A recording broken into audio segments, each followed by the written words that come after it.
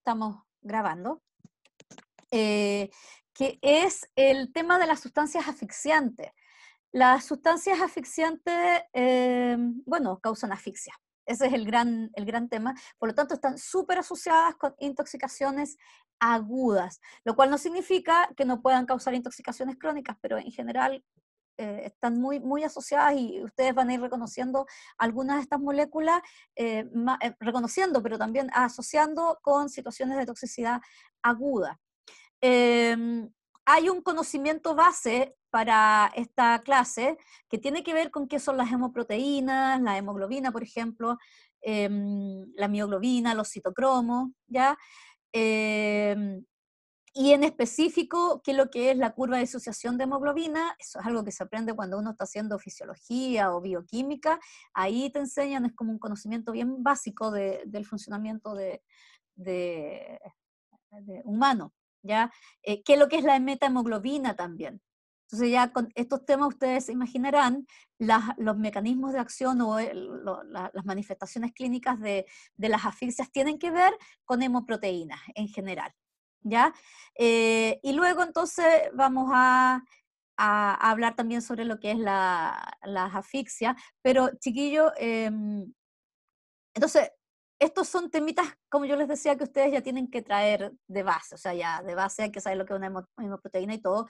Por lo tanto, en situaciones de clase presencial, yo recuerdo sí todos estos conceptos porque a lo mejor son cosas que se vieron hace 3 años atrás en alguna asignatura, ¿ya? Dado la distinta, los distintos formatos que tenemos de hacer clase por estos días, esto yo se los dejé para el trabajo autogestionado. Está en la guía número 10 en el aula virtual y tienen algunas instrucciones, incluso les puse algunas diapositivas en la misma guía para poder guiarlos en ese recordatorio, pero ustedes por supuesto busquen, ¿no es cierto? Esta información está en cualquier texto de fisiología o de bioquímica, cualquiera de los dos les puede servir quizás con un poquito de distinta perspectiva desde la fisiología o la bioquímica, pero en los dos, digamos, tipos de textos van a encontrar respuestas para recordar qué es lo que son estas tres cosas, ¿ya?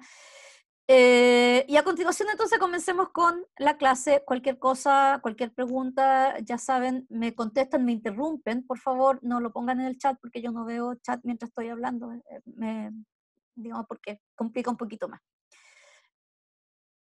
Entonces, aquí quiero sí que me digan, ¿qué es lo que es la asfixia? ¿Alguien sabe lo que es la asfixia? ¿A qué se refiere cuando uno dice esa persona murió asfixiada? ¿A qué se refiere eso? A que no llegó el suficiente oxígeno como a los órganos. Sí, tiene que ver con el oxígeno, claramente. No llegó a los órganos, o sea, tú dices que eh, no hubo distribución del oxígeno, ¿no es cierto? ¿Qué más puede Sí, ser? ¿Alguien tiene alguna otra idea de lo que es la asfixia? Es como Tiene el que ver con cese de la un... respiración, ¿Cómo? el cese de la función respiratoria en sí. De la O respiratoria de los por pulmones, una, dices tú. ¿cómo? ¿De los pulmones? Claro, de Ya, esa sí. producción o de los pulmones en sí. Ya, entonces en el fondo aquí estamos hablando, lo primero fue así como que era la distribución de los oxígenos a los tejidos, ahora dices tú que el organismo no recibe oxígeno por una falla de la función ventilatoria pulmonar. ¿Había otro comentario también? Ah, sí, iba a decir que tiene que ver con el bloqueo de las vías aéreas, porque generalmente cuando dicen que muere por asfixia es que murió ahorcado con una cuerda. Sí, por asfixia, ¿no es cierto? Claro. Pero eso está relacionado quizás con la idea de la compañera anterior de que había un problema pulmonar y entonces no había capacidad para recibir el oxígeno desde el exterior. ¿Sí? ¿Alguien más tiene alguna otra idea de lo que es la asfixia?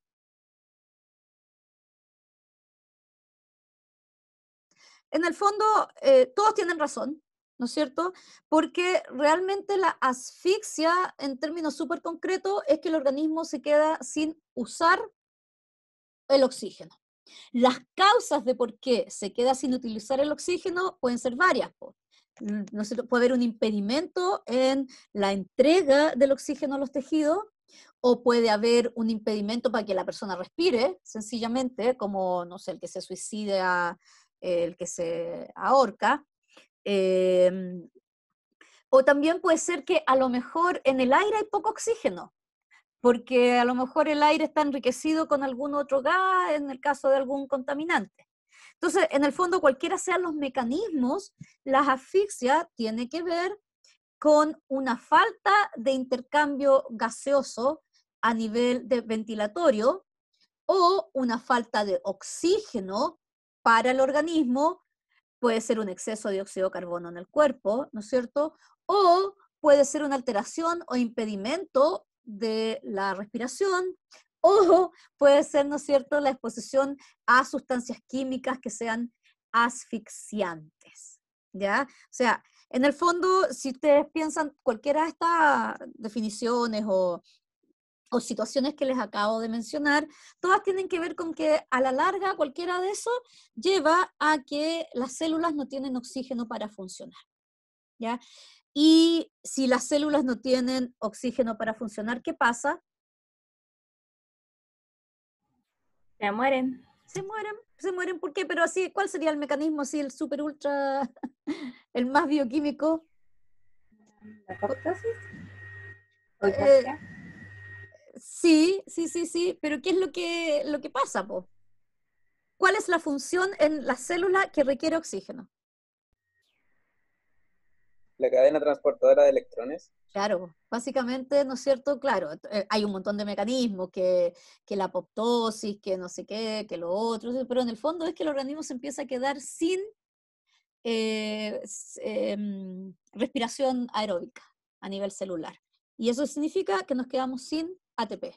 Y sin ATP se acaba todo lo demás, ¿no es cierto? No hay contracción muscular, no hay síntesis proteica, no hay... Bueno, ustedes saben que absolutamente cualquier cosa que se haga dentro de una célula va a requerir romper un ATP en alguna parte para poder liberar energía y utilizar esa energía en esa cosa que se quiere hacer, ¿no es cierto? En una catálisis enzimática, lo que sea, ¿ya?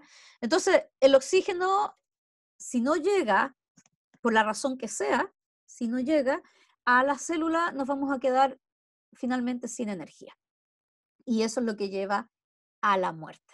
Entonces, de nuevo, hay distintas definiciones de lo que puede ser una asfixia, pero lo que estamos diciendo es que en realidad no, las células se quedan sin aporte de oxígeno y nos quedamos entonces sin posibilidades de sintetizar ATP.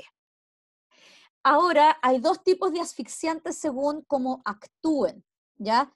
Están los que se les llaman indirectos o simples, ¿ya? Y estos son los gases que algunos gases que vamos a ver la próxima semana cuando veamos contaminantes del aire, ¿no es cierto? Pero me adelanto, por ejemplo, cuando a alguien se le queda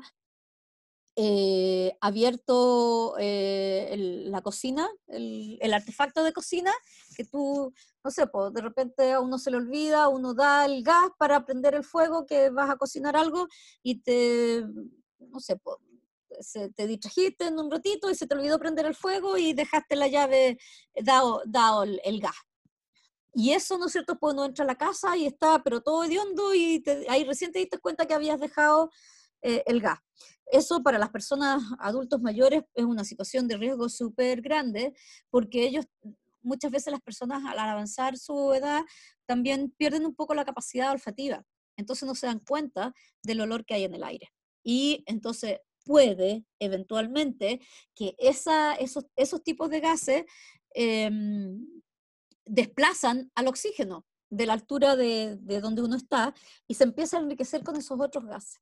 Entonces las personas empiezan a respirar un aire que está depletado de oxígeno, ¿ya? Entonces ahí en realidad el efecto asfixiante sobreviene porque ellos están respirando un aire que tiene una menor concentración de oxígeno que la requerida. Y por lo tanto no hay una absorción en realidad del compuesto. A ver, no es que no haya absorción del compuesto, lo que pasa es que el compuesto el mecanismo de acción del compuesto no tiene que ver con que si se absorbe o no. Es realmente, ni siquiera se puede hablar de un mecanismo de acción. Es nada más que ellos depletan los asfixiantes del aire. ¿Ya? Entonces, y de eso vamos a hablar un poquito la próxima semana, pero los que vamos a hablar hoy día son los asfixiantes directos, ¿ya? Como por ejemplo los que interfieren en el transporte del oxígeno o los que se utilizan a nivel celular. La clase pasada vimos los irritantes y los corrosivos. ¿Se acuerdan? Esos también pueden ser asfixiantes en el sentido de que puede haber un impedimento producto de la inflamación que produce la herida con los corrosivos, evitan, ¿no es cierto?, una buena ventilación, ¿ya? O algunos, no sé, los que producen, que esto también lo vamos a ver la próxima semana, neumonitis química, como los hidrocarburos, esos también finalmente pueden llevar a una asfixia, ¿ya?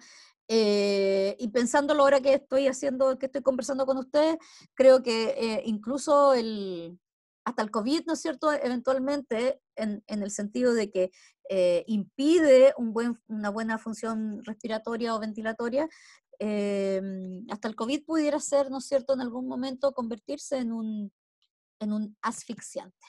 Pero en el estricto rigor de la palabra, los que vamos a ver ahora, entonces tienen como mecanismo de acción interferir con el transporte de oxígeno o con su uso a nivel celular. Estos son compuestos que tienen que ser absorbidos, tienen que ser distribuidos, y cuando llegan a las células, o no sé, interferir en su transporte tiene que ver, por supuesto, con la interacción con la hemoglobina. O sea, son mecanismos súper bioquímicos ahí que están interfiriendo con esta necesidad que tiene el organismo del oxígeno. Los asfixiantes, entonces, hay muchos, varios. Este es un paper que se lo subí al aula virtual para que le interese saber más. Y aquí, ¿no es cierto?, entonces en esta literatura los clasifican en simples y en sistémicos, ya que serían los directos y los indirectos. Simples, ¿no es cierto?, como los gases de la cocina, el propano, el metano, en fin, gases nobles, ¿ya? Y los sistémicos, aquellos inductores de metahemoglobina, ¿ya? El monóxido de carbono, el cianuro y el ácido sulfídrico. Estos son los 4 agentes que vamos a ver a continuación. La metahemoglobina yo se los dejé para que lo conversaran y lo vieran un poquito más en la guía número 10, así que voy a ir rapidito por esto, pero básicamente metahemoglobina es una metahemoglobina que está oxidada y que por tanto pierde la capacidad de transportar oxígeno. ¿Ya? Esa sería la definición de metahemoglobina. Todas las personas tenemos un poco de metahemoglobina en el cuerpo.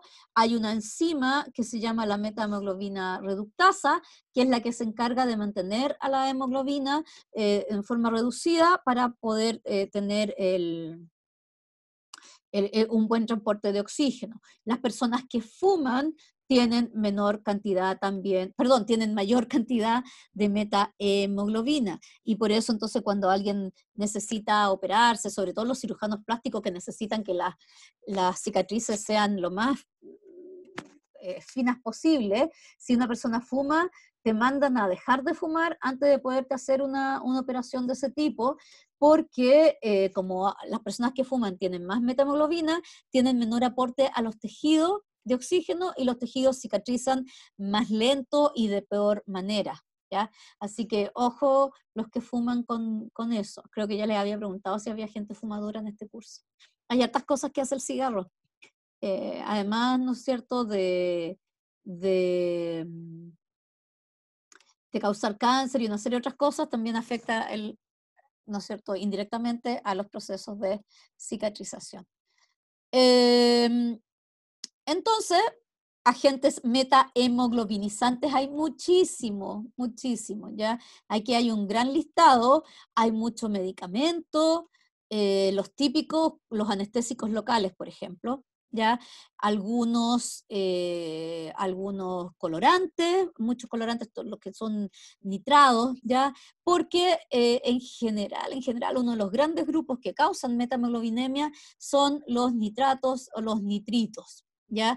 Y acá, justamente en esta lista no se mencionan los nitritos, pero desde el punto de vista de la contaminación ambiental incluso, como se usa tanto fertilizante basado en nitratos y nitritos, pueden ser causantes de este tipo de intoxicaciones si es que, ¿no es cierto?, hay filtración de estos eh, compuestos a las napas subterráneas y después, sobre todo en las áreas más rurales, la gente utiliza agua de pozo que viene de napa, en las cuales ha filtrado el agua que se utiliza en los campos, y esa agua arrastra lo que está en los campos, como por ejemplo los nitratos y nitritos, si es que ese es el caso.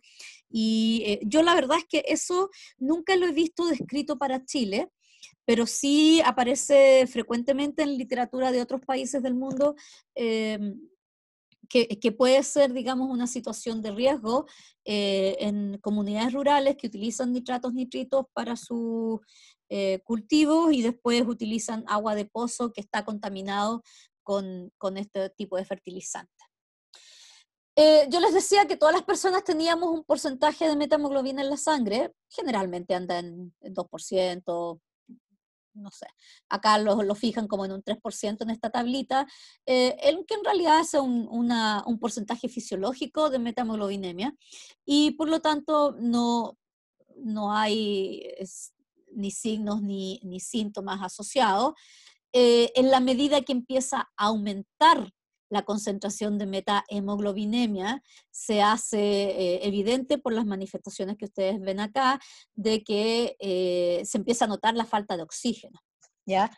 Y las personas que fuman, bueno, distintos porcentajes, ¿no? Pero pueden tener alrededor de un 3 a un 5%, 7% de metahemoglobinemia. Por eso también la gente que fuma le cuesta tanto hacer ejercicio, porque tienen menor distribución de oxígeno en términos concretos, ¿ya?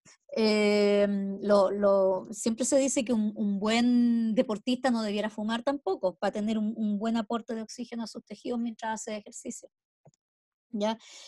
Una de las cosas que caracteriza a la metahemoglobinemia es que la sangre se pone color café. Y para que no se les olvide esto, les voy a contar les voy a ejemplificar cuando aquí los que les gusta la carne, yo no alcanzo a ser vegana, pero no como carne, entonces esto lo he visto yo en los supermercados, pero algunos de ustedes que es bueno para los asaditos y qué sé yo, cuando van al supermercado a comprar carne, ¿qué es lo que le ven a la carne para saber que está fresca? A ver, cualquiera de ustedes. El color y el olor. El olor, ¿no es cierto? De todas maneras. Ya, ¿y qué color tiene que tener? Normalmente la carne que está más pasada tiene una coloración café. Cafezoso. Claro, oxidado. Sí, como oxidado. Y esa oxidación es de la mioglobina. Bueno, la hemoglobina tiene el mismo tema, porque en el fondo es el hierro de estas hemoproteínas el que se está oxidando. Entonces, siempre acuérdense que así como la carne del asadito se puede poner como de color cafezoso, la hemoglobina también, y por lo tanto la sangre ya no tiene este color rojo brillante, sino que va a empezar a adquirir una coloración oscura, ¿ya? En la clínica eso es un signo, es una manifestación que puede ayudar mucho en el diagnóstico, ¿ya? De repente llega una persona que se siente muy, muy mal al servicio de urgencia y no saben qué es lo que puede ser, y le toman la muestra de sangre y la sangre es oscura. Pero no es un rojo oscuro, es un café oscuro, se llama una cianosis color chocolate, ¿ya? Entonces, si ustedes alguna vez, los que se vayan a dedicar a la clínica después, o los que quieran dedicarse a la toxicología, ¿no es cierto?, ya saben, cuando vean sangre color chocolate, ese es un criterio diagnóstico para poder hacer una hipótesis diagnóstica de metahemoglobinemia. ¿Ya? Y lo segundo sería entonces mandar a hacer un examen para ver concentración de metahemoglobina en sangre. Ya es un examen clínico de laboratorio. Por supuesto, mientras más metahemoglobina hay en la sangre, menos hemoglobina reducida hay y por lo tanto menos capacidad de transportar oxígeno hay. Y cuando llega poco oxígeno al organismo en sus distintos niveles, cefaleas, disnea, fatiga, pérdida de conciencia, piensen más o menos los que han viajado, ¿no es cierto? Les han contado ir al lago Chungará. ¿Alguno ha llegado al lago Chungará? ¿Alguno ha llegado a Machu Picchu? No, al Cusco, que está más alto. ¿Alguien ha llegado o no todavía? No, profe. No, nadie. Chiquillos, pero cuando tengan plata y se acabe la pandemia y lleguen ya sea al lago Chungará o lleguen al Cusco o lleguen a San Pedro de Atacama, algunas personas, no digo que todos, pero muchas personas van a sentir disnea, cansancio, cefalea, algunos van a vomitar, ¿ya? Mientras el organismo se empieza a acostumbrar a la altura. Acuérdense que en las alturas hay menos oxígeno, ¿ya? Entonces, les digo todo esto porque en el fondo, ya sea por metahemoglobinemia o ya sea porque uno está en un lugar del mundo muy alto, las manifestaciones son las mismas porque se deben a una falta de aporte de oxígeno a los tejidos.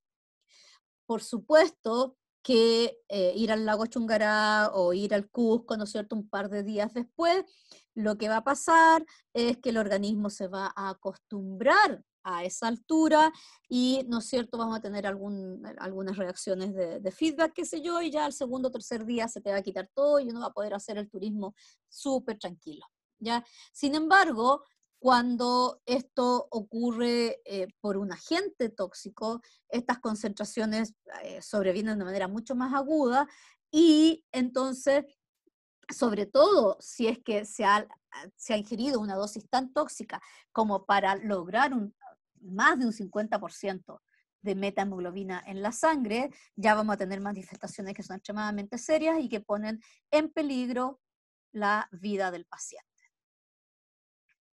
Acá los nitratos y los nitritos,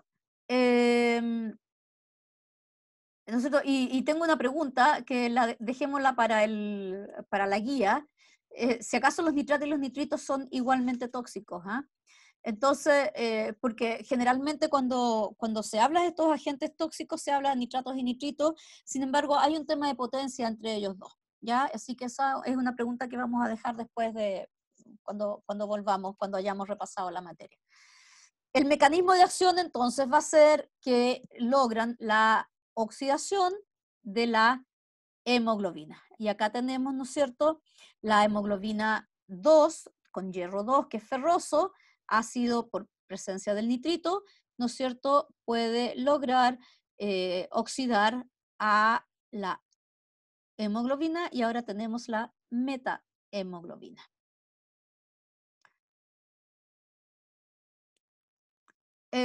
Todo esto ya lo dije. Bueno, por supuesto hay distintas susceptibilidades. Los niños más chicos tienden a ser mucho más susceptibles a agentes metahemoglobinizantes. Por ejemplo, esto como que en el tiempo se dejaron de utilizar, pero antes se vendía mucho eran como unos ungüentos que se le ponían en la boca a las guaguitas cuando les estaban saliendo los dientecitos y que eran basados en anestésicos locales, ¿ya? Habían varios, no sé, yo hace mucho tiempo que no los veo y por lo que yo me fijo, prácticamente ya no se usan. Ahora hay unas cosas que las guaguas muerden cuando le están saliendo los dientes y con eso calman un poquito el dolor de las encías, ¿ya? Pero esas cosas causaron muchas intoxicaciones. Porque claro, pues las mamás les echaban a las guaguitas las encías y por mejor le volvían a poner y le volvían a poner, y ¿qué estaba haciendo la guaguita? Era tragarse todo eso, ¿ya? Y había algo de absorción también en la misma boquita, que es muy vascularizada, entonces hubo alguna intoxicación por eso. La hemoglobina fetal, que tiende a ser menos, digamos, menos afín por el oxígeno también, ¿no es cierto? Y por supuesto la actividad de la metahemoglobina reductasa, que es esta enzima que reduce a la metahemoglobina. Esa actividad también tiende a ser menor en los niños. La cianosis clínica, esto ya lo habíamos visto. Si ustedes se fijan, bueno, aquí los síntomas, las tablas según la fuente que uno consulte, cambian un poquito la concentración con los síntomas, pero si ustedes se fijan, son súper consistentes las dos tablas. Yo las dejo porque son de distintas fuentes, y en el fondo para que se vean que en términos generales, en la biología, ni siquiera en la clínica o la toxicología, sino que en fenómenos biológicos las cosas no tienen un número tan marcado, sino que un poquito más, un poquito menos, ¿ya? Pero es súper consistente con la cianosis, que la sangre se pone oscura, que empiezan los dolores de cabeza, la fatiga, el estrés respiratorio, y finalmente, ¿no es cierto?, ya los temas más neurológicos y la muerte. En el otro me parece que decía 70%, acá lo ponen como al 80%, que es súper consistente. Entonces aquí vamos a ver, chiquillos, miren, esta es la diferencia entre una sangre reducida y una sangre oxidada. Es así cuando alguien te dice sangre color chocolate, es color chocolate. ¿Ya? Luego acá tenemos, ¿no es cierto?, cómo se ve la mucosa de una persona que tiene metamoglobinemia, y acá tenemos a la misma persona cuando ya se ha resuelto su intoxicación aguda. ¿Ya? O sea, esa cianosis es más de un color más oscuro. Generalmente uno tiende a decir las cianosis se ven como medias celestosas, como moradas, como azulosas. No, esta, la de la metahemoglobina, tiende a ser más bien oscura, chocolatosa. ¿Ya? No solamente la sangre, sino que también se nota a través de las mucosas. Acá tenemos una persona, ¿no es cierto?, que está con este tipo de cianosis. Esta mano rosadita del medio es la del médico, ¿ya?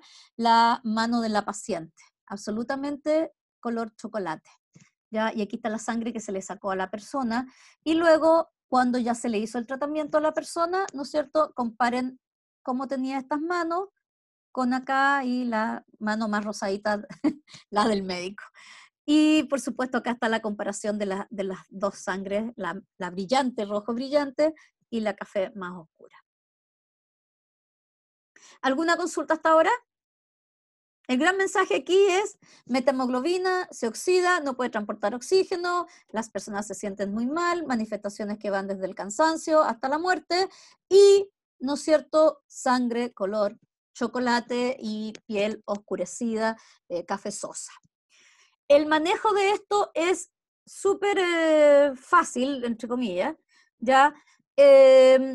También según lo que el médico vea, lo que se considere, a lo mejor se puede dar algún tipo de lavado gástrico, carbón activado, por supuesto según el agente metahemoglobinizante, a lo mejor es necesario dar oxígeno a la persona, ¿ya? Pero ahí también esto queda a criterio del equipo médico. Eh, Pudiese haber un buen manejo, ¿ya? Si es que la concentración de metahemoglobina no es tan alta, generalmente le ponen un 30%, ¿ya? Por sobre el 30%, hay un antídoto que se puede utilizar, que es el azul de metileno, ¿ya? Y básicamente lo que hace el azul de metileno es actuar, ¿no es cierto?, con la metahemoglobina reductasa, y reduce a la metahemoglobina. Y la verdad es que los pacientes resuelven súper bien. Ustedes vieron aquí, ¿no es cierto?, los resultados, y acá en estos ejemplos.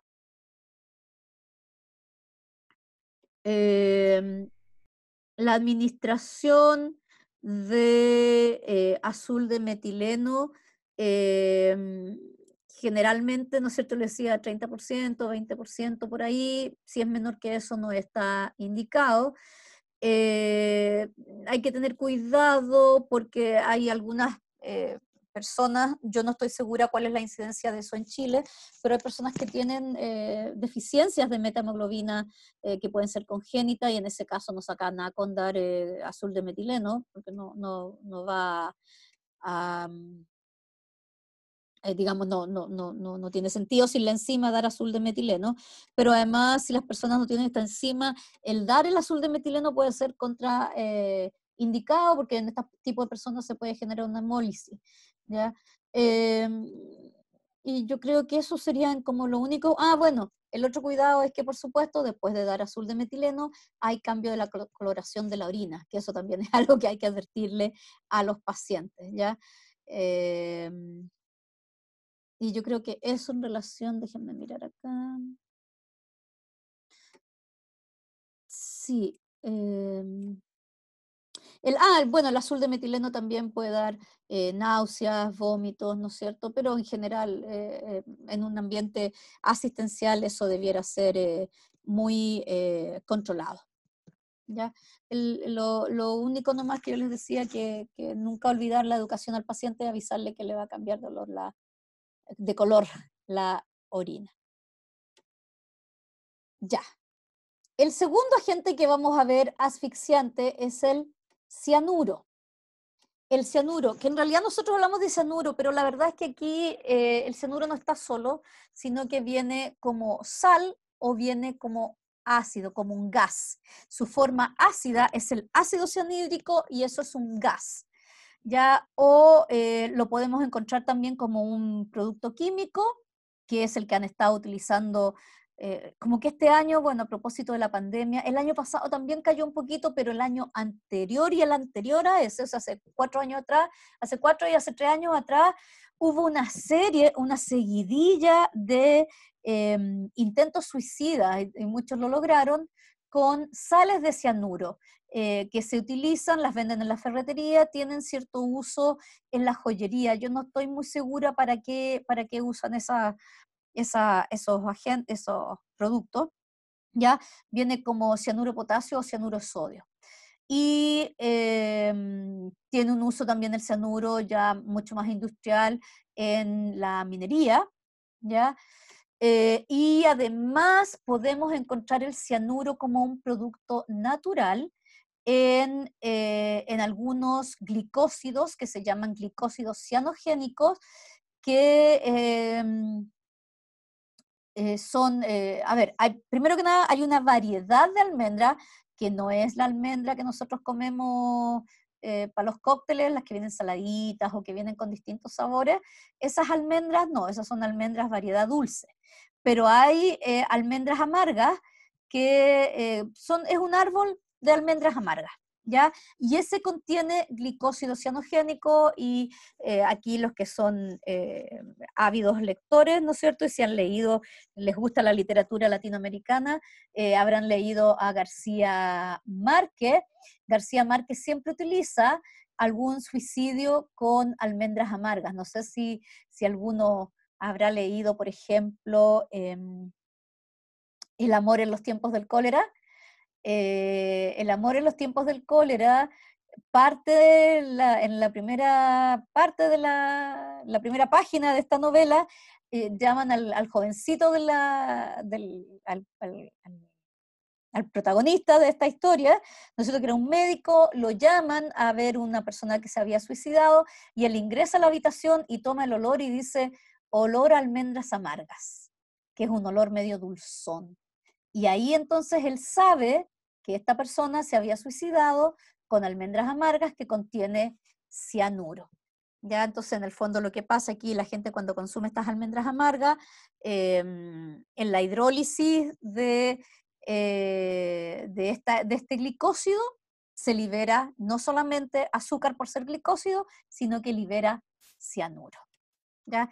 ¿Dónde más encontramos glicósido cianogénico? Y esto siempre a la gente le causa como sorpresa, no sé si a ustedes, chiquillos, pero en las pepas de las manzanas, no sé, los duraznos, a veces los duraznos, la gente rompe el cuesco del durazno y adentro del durazno hay una almendrita. Esa almendrita tiene glicósido cianogénico, lo mismo los cuescos de ciruela, de los damascos, ¿ya? Ahora, la verdad es que las concentraciones son ínfimas, ínfimas, ínfimas, y no, habría que comerse kilos y kilos y kilos y kilos y kilos de manzana, con las pepas incluidas, pero la verdad es que no es ninguna situación de riesgo. Distinto es las almendras amargas, que tienen una concentración bastante más alta, y por eso en algunas partes del mundo, como Colombia, hay un uso más bien tradicional, ¿no es cierto?, de estas almendras amargas. Una vez yo conocí a una toxicóloga colombiana y le tuve que preguntar, porque le dije, oye, ¿es verdad lo que dicen las novelas de García Márquez, de que la gente en Colombia se suicida con almendras amargas? Y esta niña me contestó de que ella era más de la ciudad, así que me dijo, no, que le parecía a ella que no, que eso era más bien un argumento literario que utilizaba García Márquez, pero que en realidad el problema que ellos tenían era que la gente consumía almendras amargas para adelgazar. Y lo único que lograban era que tener necrosis, o en el fondo gastroenteritis muy, muy aguda, y esas gastroenteritis lo que hacían era que, claro, pues la gente adelgazaba un ratito, ¿no es cierto?, producto de la gastroenteritis. Pero como esto se los cuento como anécdota, ¿ya? Bueno, otra cosa que tienen que saber es que el ácido cianhídrico fue uno de los gases preferidos de los nazis para poder asesinar a los judíos que ellos encerraban en esas cámaras de gases que ellos utilizaban en los campos de concentración, ¿ya? Así que el cianuro es extremadamente tóxico, es un arma de guerra el ácido cianhídrico, tiene todo ese tema más terrible, digamos, ¿ya? Por supuesto, el ácido cianhídrico, que es volátil, se absorbe vía inhalatoria extremadamente rápido, y el efecto comienza en poquitos segundos. Ya la verdad es que la muerte sobreviene muy rápidamente. Las sales tienen que absorberse vía gástrica, por lo tanto se van a demorar unos minutos más, y aquellos que han leído o que han visto películas estas de espionaje, de la Guerra Fría entre Estados Unidos y el espía ruso y qué sé yo, que el tipo de la KGB, ¿no es cierto?, es como la típica figura de la literatura o del cine de esa época de la Guerra Fría, ¿no es cierto?, el espía que tenía una cápsula que se la ponía entre los dientes, y que se la ponía entre los dientes, ¿no es cierto?, y se moría rápidamente. Bueno, es probable que esa escena esté ejemplificando que adentro de esa cápsula había alguna sal de cianuro. Y, por supuesto, alguien que se quiera suicidar con las pepas de manzana, además de consumir muchos kilos de pepas de manzana para poder lograr su objetivo, va a tener que pasar muchas horas esperando, porque, claro, aquí tiene que haber una tremenda hidrólisis y en fin, ¿ya? Así que estos productos naturales son poco efectivos en general. Te pueden hacer pasar un mal rato, sí, pero depende de la dosis, por supuesto, pero es menos efectivo para inducir la muerte que las sales o el ácido cianhídrico. Otra fuente de la cual nos tenemos que preocupar con el ácido cianhídrico es la presencia del cianuro en distintos polímeros que se utilizan como materiales de construcción, ¿ya? O incluso la madera. Por lo tanto, los incendios son una fuente muy grande de cianuro. Generalmente, las personas tenemos la impresión de que los bomberos tienen un peligro laboral de intoxicarse por monóxido de carbono, ¿ya? Pero en realidad un riesgo ocupacional muy, muy alto de los bomberos es la intoxicación con cianuro también. Entonces, les muestro, por ejemplo, no sé, el poliestireno, plywood es el cholguán, distintos tipos de madera, la melamina, no sé, una serie de productos, de materiales que están presentes en nuestras instalaciones modernas y que son fuente de cianuro también, la fibra de vidrio. ¿Ya? Todo eso contiene cianuro que es liberado en los incendios producto de que estos polímeros tienen cianuro y a las altas temperaturas de los incendios se degradan y se libera como ácido cianhídrico, que ya habíamos visto es extremadamente tóxico. Entonces, por eso muchas veces los bomberos andan con estos filtros, no solamente para el monóxido de carbono, sino que también para evitar intoxicarse con cianuro. El mecanismo de acción del cianuro es súper fácil. Inhibe la citocromo oxidasa, que también viene siendo este complejo 4 de la cadena respiratoria. Y lo que tenemos en la cadena de transporte respiratorio a nivel mitocondrial, que es lo que se muestra en esta figura, ¿no es cierto? Tenemos el citoplasma, ¿no es cierto?, la membrana mitocondrial, y luego en la membrana interna de la mitocondria tenemos, ¿no es cierto?, donde se ubica estas distintas proteínas que están formando el complejo a través del cual se transportan los electrones, y básicamente cuando llega al último citocromo, que es el 4,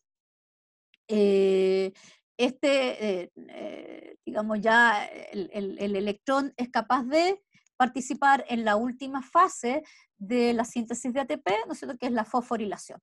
Y eso está todo bien hasta que llega el cianuro, que lo que hace es unirse a este citocromo. Y por lo tanto detiene la fosforilación oxidativa en esa etapa.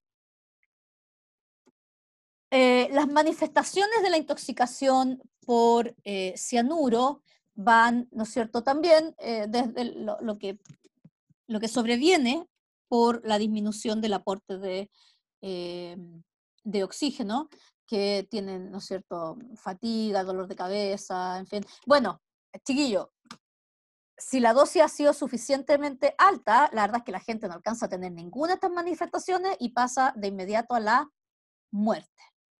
¿Ya? Eso hay que decirlo así, sobre todo cuando después de una exposición a altas concentraciones de ácido cianhídrico, ¿ya?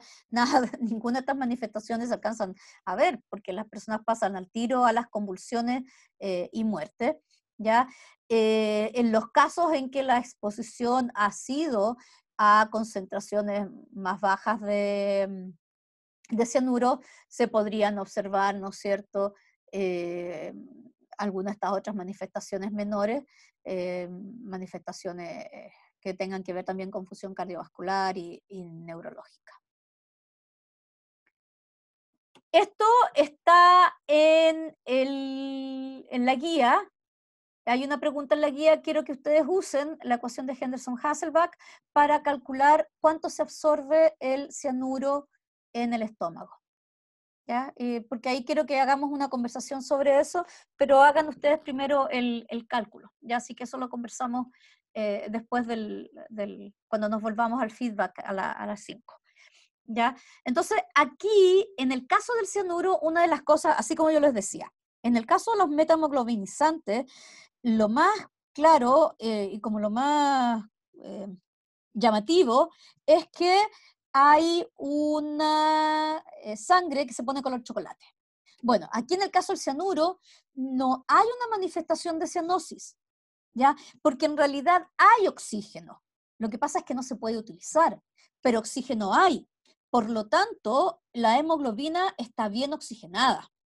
Y de hecho, una persona que fallece intoxicada por cianuro se va a ver incluso ruborizada, ¿ya? Porque es mucho el oxígeno que está unido a la hemoglobina, ¿ya? Nunca se le olvide eso. Cuando hay agentes metahemoglobinizantes, tenemos una cianosis color chocolate.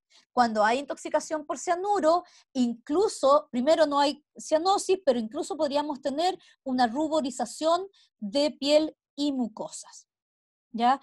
El complejo, la unión de citocromo, del complejo 4 de la citocromo oxidasa, esa unión es reversible, al cianuro es reversible, ¿ya? Así que tenemos de alguna forma aquí hay una clave de que va a existir algún tipo de tratamiento, ¿ya? Y existe también, nosotros tenemos una enzima, rodanasa, que se expresa en el hígado y cataliza la conversión de cianuro en tiocianato, ¿ya? Y por tanto, este tiocianato después se puede eliminar por la orina. Los síntomas, bueno, ya los habíamos visto, todo esto ya lo habíamos visto, quizás lo otro que no habíamos visto es que por supuesto aquí hay un desplazamiento a un metabolismo anaeróbico, ya entonces muchas, a lo mejor las acidosis y algunas de las otras manifestaciones, uno las puede también explicar porque había un desplazamiento aquí de metabolismo aeróbico al anaeróbico, que es lo que finalmente lleva a la muerte celular. ¿Ya?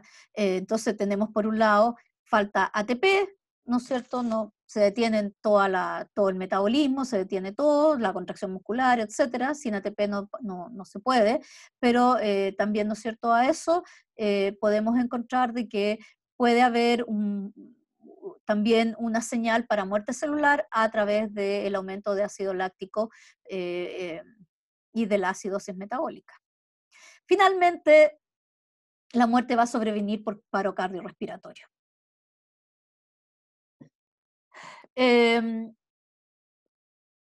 Un poco, estas tablas que están aquí un poco solamente ahondan más en lo que ya hemos dicho. Se demora muy poquito el ácido cianhídrico en inducir la muerte y por supuesto mientras más alta es la concentración que estamos respirando de ácido cianhídrico, más rápido va a ser la muerte, ¿ya?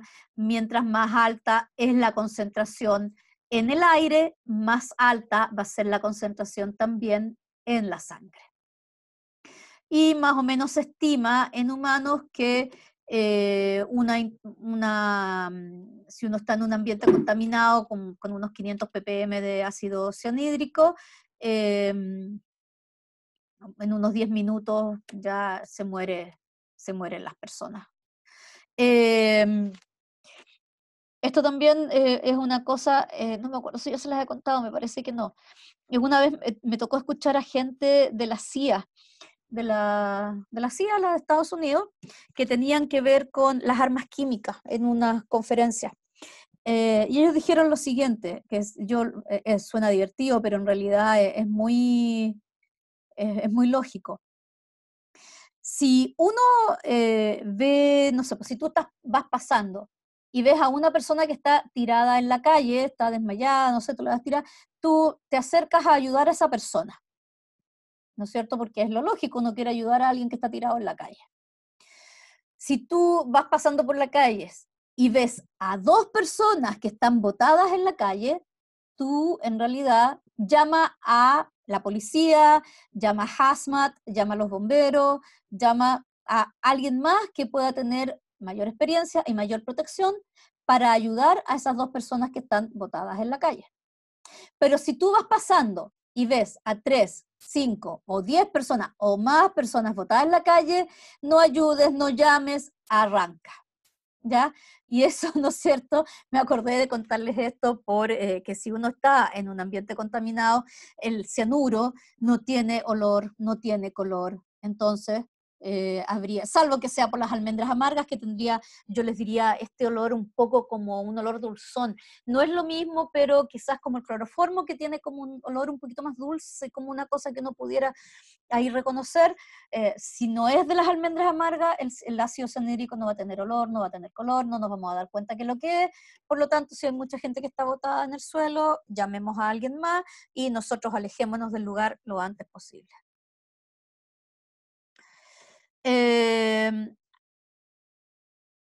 Eso estaba acá. Hay manifestaciones crónicas, no obstante, es una molécula tan potente que poquito, ¿no es cierto? Muy poquito causa la muerte. Bueno, más poquito, ¿no es cierto?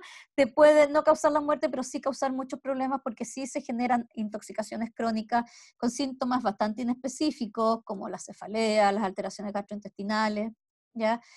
Y acá en esta tabla tenemos algunas manifestaciones que pueden estar relacionadas con alteraciones a la tiroides también, ya les había señalado las neurológicas, ya, neurológicas, tiroides, que son los daños más evidentes en las intoxicaciones crónicas con cianuro. Las neurológicas son ataxias, son alteraciones en la deambulación, son alteraciones más bien motoras. ¿Ya? Hay mucho malestar gastrointestinal también, vómito, anorexia. El tratamiento. Aquí también, de nuevo, se trata a la persona, no al cianuro, por lo tanto habría que ver como el estado de la persona, ¿no es cierto?, estabilizar, dar apoyo respiratorio, monitoreo cardíaco, dar oxígeno si es necesario, aunque lo del oxígeno, yo les he dicho otras veces, yo pongo estas cosas acá porque es como aparecen los textos, pero la verdad es que en este caso a mí siempre me llama la atención que los textos más antiguos siguen diciendo oxígeno por si acaso, pero ¿qué por si acaso? Si aquí las personas no pueden utilizar oxígeno, entonces incluso yo creo que pudiéramos estar poniendo en riesgo a las personas de algún estrés oxidativo. Entonces esto yo se los pongo acá, pero en realidad a mi modo de ver y a modo de ver de muchos toxicólogos más modernos, el oxígeno no tiene nada que ver en el tratamiento de intoxicación por cianuro. ¿Ya? Lo que sí tenemos antídotos.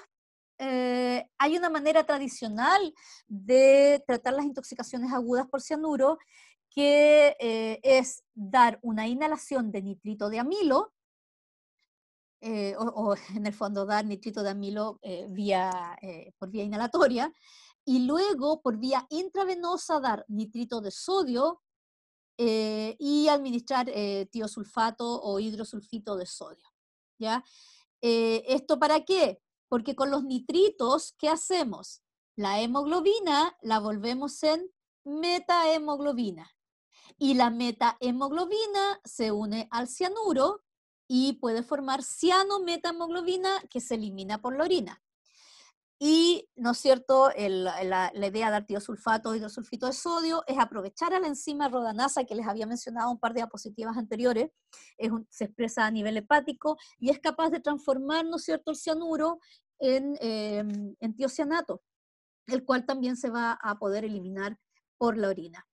Esta es una forma tradicional, en realidad está quedando más bien en la historia. Ahora hay una manera mucho más fácil de tratar las intoxicaciones con cianuro, que es con vitamina B12, la hidroxicobalamina. ¿Ya? Y básicamente lo que hace la hidroxicobalamina es formar cianohidroxicobalamina, la que se elimina por la orina. Aquí también, ¿no es cierto?, como efectos laterales podemos encontrar cambio de coloración de la orina, puede haber un aumento transitorio de presión arterial, y en fin. Estas son para intoxicaciones agudas, se utilizan mucho en intoxicaciones laborales, por ejemplo, se utilizan mucho en el caso de intoxicaciones de los bomberos. Y por supuesto alguien que ha tratado de suicidarse y no lo logró, pudiera también, digamos acá está súper indicado hacer este manejo de esa persona que ha tomado altas dosis de cianuro, está indicado el utilizar la hidroxicobalamina. Y aquí está un resumen de lo que acabamos de decir. Ácido sulfídrico, un tercer agente asfixiante. El ácido sulfídrico es el típico olor a huevo podrido que se siente en los desagües o en los pozos sépticos, ¿ya? A veces en las termas también uno puede sentir ese olor. Es el olor a desagüe, a pozo séptico, ese es el ácido sulfídrico. Actúa igual que el cianuro, inhibe a la citocromo oxidasa, ¿ya? Es un gas también. Ácido sulfídrico, ácido cianhídrico, son ambos gases, se absorben súper rápido, a diferencia del cianuro sí, este tiene olor, ¿ya? Pero el único nomás asunto es que, a ver, acá, es que esto de que tenga olor sirve solo cuando el ácido sulfídrico está en bajas concentraciones, porque un poquito más, que más o menos es entre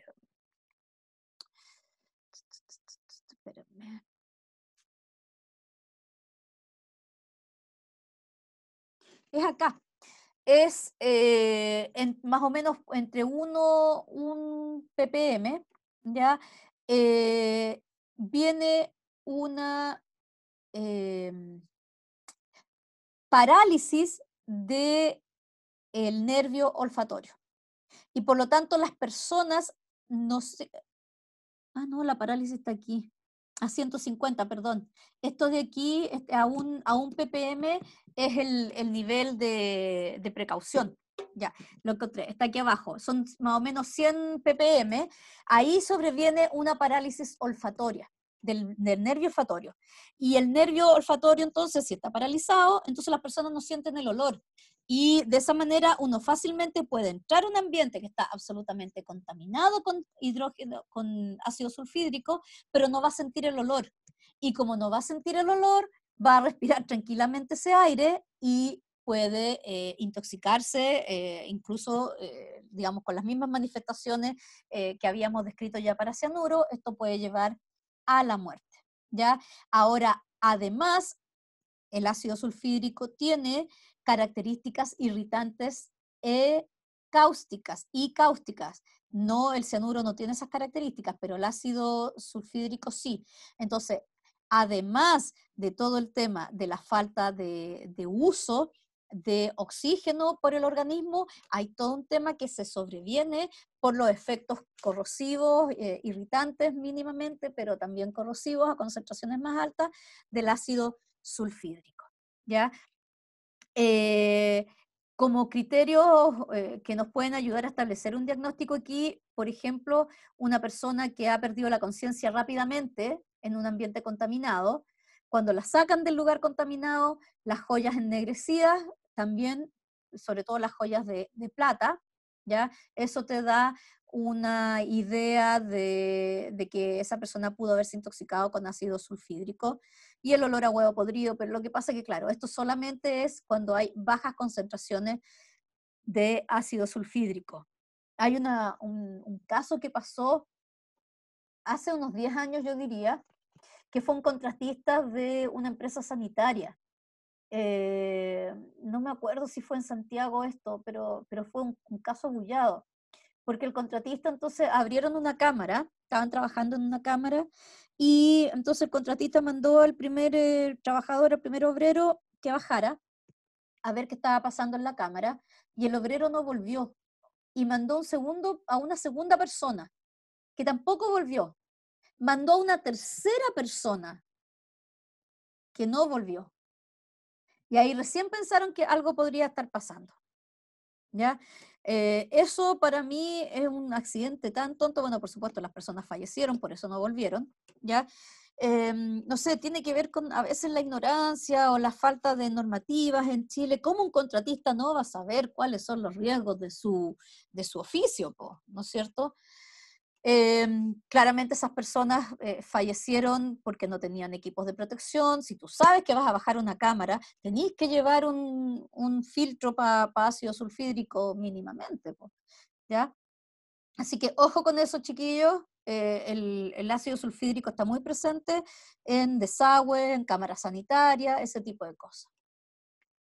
El tratamiento, bueno, según, ¿no es cierto?, si es posible respirar aire puro, un aire que no contenga ácido sulfídrico para tratar de recuperar, ¿no es cierto?, sola la función, o sea, en el fondo esperar que pase el efecto, ¿no es cierto? El manejo, por supuesto, también es sintomático, al igual que en el caso del cianuro, se sugiere el uso de nitrito, y en este caso se estaría excretando una metahemoglobina con azufre, o sea, una sulfa-metahemoglobina. El último agente que vamos a ver es el monóxido de carbono. todos los años, a cada rato, muere gente en Chile intoxicada por monóxido de carbono, y a pesar de que se les dice a las personas todos los años cuando llega el invierno, tengan cuidado, ¿no es cierto?, no manejen los combustibles, o tengan cuidado cuando se prende la calefacción, de revisar el estado de su estufa, mantengan siempre una ventilación en la casa, ¿no es cierto?, un poquito abierta la ventana, aunque haga frío, pero si usted está usando un braserito o está usando una estufa parafina, tiene que mantener alguna ventilación para poder eliminar si es que hay acumulación de monóxido de carbono en la habitación. Hay que ventilar esa habitación, aunque sea un poquitito, dejar abierta la ventana, dejar abierta la puerta un poquitito en la medida que se pueda. El año pasado creo que fue en un Airbnb en Santiago, falleció una familia entera brasilera. Se tienen que acordar de ese caso, que fue muy bullado. Ahí el sistema de calefacción era el que estaba en mal estado, y una de las personas alcanzó a llamar por teléfono a Brasil para avisar que estaban todos enfermos, que se sentían mal, y la persona, el familiar desde Brasil, se contactó con el consulado en Santiago, y ahí pudieron encontrar a las personas, pero cuando encontraron a las personas ya estaban todas fallecidas. No me acuerdo si parece que sobrevivió una, pero fue un caso muy bullado el año pasado. Bueno, el monóxido de carbono es producto de la combustión incompleta. Recuerden que la combustión completa da, en el fondo es la materia orgánica, más oxígeno, ocurre la combustión y se genera agua. La combustión, CO2 y agua. La combustión incompleta no va a generar CO2, sino que va a generar monóxido de carbono. Es el típico también de los calefón. Por eso, por norma en Chile, los calefón tienen que estar afuera de la casa, ¿ya? No, uno no puede tener un calefón adentro de la casa, porque muchas veces los calefón se chupan, y entonces los calefón tienen como un piloto, ¿no es cierto? Y por donde sale la llamita. Entonces muchas veces, porque no está limpio, porque por la razón que sea, esa llama se chupa y empieza adentro, dentro de las cañerías de adentro, por decir, del calefón, empieza a quemarse por dentro. Pero adentro hay menos oxígeno que si la llama estuviera hacia afuera. Entonces empieza a generar combustión incompleta y genera monóxido de carbono, que empieza a enriquecer la habitación donde está el calefón. ¿Ya? Ocurrieron muchísimos, y todavía existen casas muy antiguas que tienen el calefón adentro del baño, por ejemplo. Eso no, hay que sacar el calefón tiene que estar siempre afuera, ¿ya? En algunas partes hay, ¿cómo le ponen? La logia, ¿no es cierto? Hay algunos departamentos que los venden con logia, generalmente el calefón va en la logia, o, ¿no es cierto?, ya también muchos departamentos o muchas casas utilizan otro tipo de lo que es como herramientas, de instrumentos, no sé, de máquina, para poder calentar el agua. Usan más termos, qué sé yo, que funcionan de distintas maneras. Pero ojo con los calefón, que los calefón también causan muchas intoxicaciones por monóxido de carbono si es que uno no está alerta. ¿Y cuál es el tema del monóxido de carbono? El monóxido de carbono, chiquillos, tiene muchísima más afinidad por la hemoglobina que el oxígeno. Entonces, lo único que tiene que hacer el monóxido de carbono es estar, y va a desplazar al oxígeno. Entonces puede haber mucho oxígeno, pero si hay monóxido de carbono, aunque sea menos, aunque sea poco, como es mucho más afín que el oxígeno, va a desplazar al oxígeno, y el monóxido de carbono va a terminar unido a la hemoglobina. Entonces aquí viene una asfixia que ocurre producto de que el oxígeno no llega a los tejidos. O sea, una hipoxia, ¿ya? Y la curva de disociación de la hemoglobina se va a desplazar a la izquierda. Esto lo vamos a discutir a vuelta del trabajo autogestionado.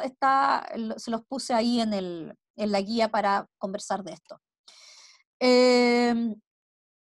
No solamente se une, bueno, incluso todos los agentes que hemos conversado en esta clase, no solamente se unen a la hemoglobina, sino que también se unen a todas las otras hemoproteínas que tenemos en el organismo, por los citocromos, la mioglobina, qué sé yo. Y por lo tanto, pueden haber manifestaciones de la intoxicación con monóxido de carbono que van más allá de la hipoxia, ¿ya? Porque según la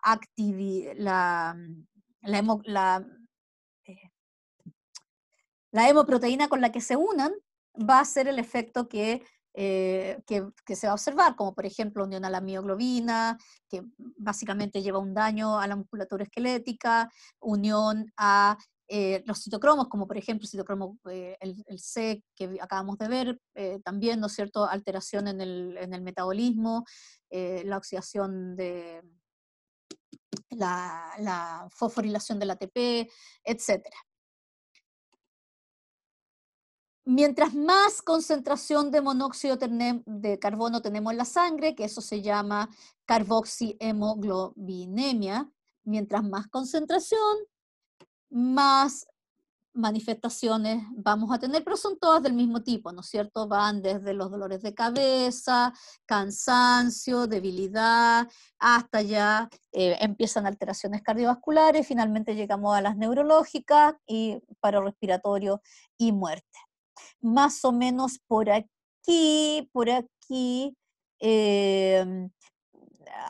ahora ya no es tanto, pero antes, hace 20 o 30 años atrás, por aquí estaba la concentración de monóxido de carbono en Santiago, en los tacos, por ejemplo, ¿ya?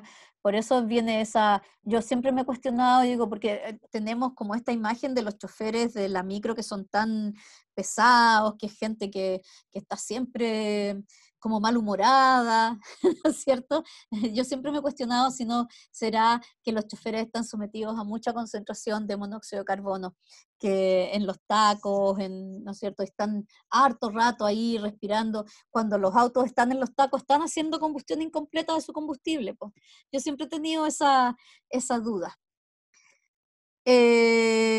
Bueno, si alguien está en su casa, ¿no es cierto?, y ha prendido una estufa en mal estado, o su calefón está en mal estado, digamos, corre el riesgo, ¿no es cierto?, de sufrir alguna de estas manifestaciones si es que no tiene una buena ventilación. Yo tengo una amiga muy, muy cercana que la sacaron ya, ella arrendó una casa muy antigua en Santiago, que tenía el calefón adentro del baño, y no se dio cuenta, y ella se estaba duchando y se le apagó no que se le haya apagado, sino que estaba con combustión incompleta, y la sacaron de la tina convulsionando. O sea, ella estuvo mucho rato, porque además, como se desmayó, siguió respirando el monóxido de carbono. Ella tuvo unas secuelas neurológicas muy, muy fuertes, perdió la memoria, en fin, una serie de cosas, le cambió hasta la personalidad incluso después. ¿Ya? Y esto se los comento porque efectivamente las manifestaciones de la intoxicación aguda con monóxido de carbono que están acá se pueden superar, pero hay muchas posibilidades de que las personas queden secueladas. Ya hay un porcentaje de pacientes que quedan con una disfunción neurológica que puede perdurar para el resto de la vida, alteraciones motoras, etcétera. Y también, ¿no es cierto?, en casos de personas que se expongan de manera crónica, pueden llevar incluso a un deterioro cognitivo, alteraciones motoras, y las secuelas, ¿no es cierto?, pueden incluir de nuevo alteraciones de la personalidad y amnesia. El manejo, no lo puse aquí, pero el manejo del monóxido de carbono es fácil y bonito, chiquillos. Fácil y bonito. Básicamente, si la persona está en estado de alerta, si está consciente y si puede caminar rápido todavía, hay que mandarla a caminar lejos del sitio donde que estaba cerrado, digamos, ¿no es cierto? Hay que mandarla a caminar, y en la medida que la persona se aleje del sitio que está contaminado, va a respirar mayor concentración de oxígeno, y por lo tanto va a ocurrir lo que es al revés, pues. Su organismo va a tener menos monóxido de carbono y va a tener más oxígeno, que si bien no es tan afín, como va a estar en mayor cantidad, va a poder desplazar el monóxido de carbono de la hemoproteína. Y ese es el manejo de la intoxicación. Ahora, si la persona ya está en estado mucho más grave, con alteraciones neurológicas, habrá que tratar las convulsiones, habrá que estabilizar al paciente, qué sé yo, y además dar oxígeno de tal manera de poder manejar de nuevo, o sea, la persona si bien es cierto cuando ya una intoxicación muy grave, no puede caminar y no puede recuperarse sola, digamos, de la falta de oxígeno, pero se le puede dar el oxígeno como parte de todas las terapias de estabilización que se están dando en el hospital. Acá tenemos un resumen para distintos tipos, los metahemoglobinizantes, ácido sulfídrico, cianuro y monóxido de carbono. Les dejé una tablita también en la guía, una tablita resumen que la pueden hacer, resulta bien cuando uno escribe las cosas, después le quedan mucho más claras. No sé si hay consultas ahora. Acá hay una serie de, para los que les interesen más los temas, muchas referencias. ¿Alguna consulta, chiquillos? No, profe.